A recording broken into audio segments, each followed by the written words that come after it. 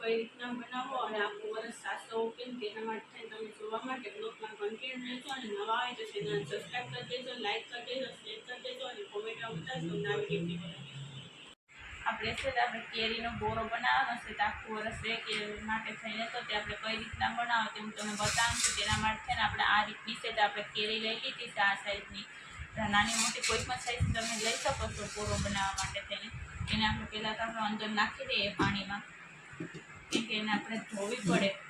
એને બજારમાંથી લ્યો છો તો પણ તેને આપણે સાફ કરવી જ પડે, પછી જ આપણે તેને ઓલું કરાય તો વાંધો ના આવે. તેના માટે છે ને આપણે આ રીતના આપણે તેને સાફ કરી નાખવાની આપણે હાથની મદદથી.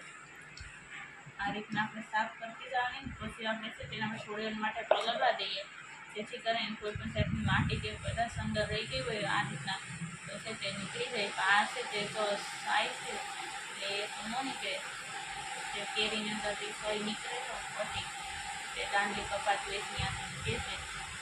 હવે આપણે છે તેના અંદર આગળ આપણે કઈ પ્રોસેસ કરવાની તેમ તમને બતાવવાની છે. તેના માટે પહેલાં આપણે આ નમક લઈ લીધું છે અને નમકની અંદર આપણે હળદર નાખી દેવાની છે પહેલાં તો બોરો બનાવવા માટે. તો એને આ સ્ટીક છે તે તો ખાસ કરવી જોઈએ.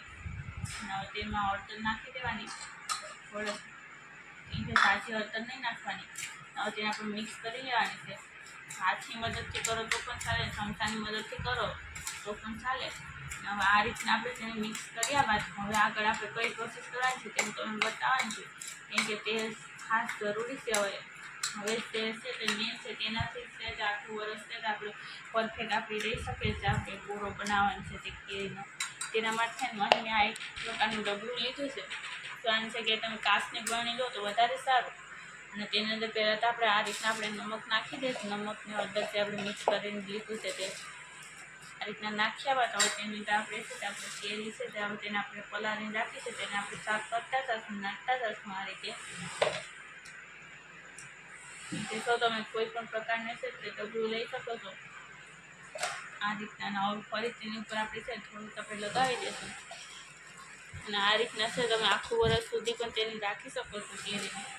તો પણ છે તે જરાય પણ તે બગડતી નથી ને એવી જ રહે છે. જે તાજી કેરી આપણે લીધી હોય છે બજારમાંથી તેવી જ રહે છે. એટલા માટે છે ને તેવી જ આપણે કેરીને આપણે ગમે ત્યારે પણ ખાઈ શકીએ છીએ.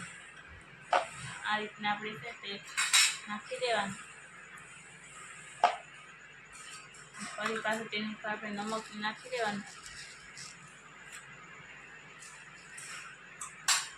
ને આ રીતના જો તમે છે ગમે ત્યારે પણ તમે છે તે બનાવી શકો છો. જ્યારે ઉનાળાની સિઝનમાં તે છે ને આ સ્પેશિયલ છે તમે બનાવી શકો છો ઉનાળામાં, કેમ કે બજારમાં આસાનીથી ઉનાળાની સિઝનમાં છે તે મળી જતી હોય છે કેરી.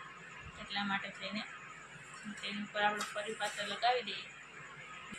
હવે તેની ઉપર છે તો આપણે આ રીતના છે તો આપણે નમક હળદર છે નાખી દેવાની. કેમ કે જો આ રીતનું તમે નાખીને રાખો છો તો આખું વર્ષ સુધી છે તો તેવી જ રહે છે અને બગડતી પણ નથી જરાય.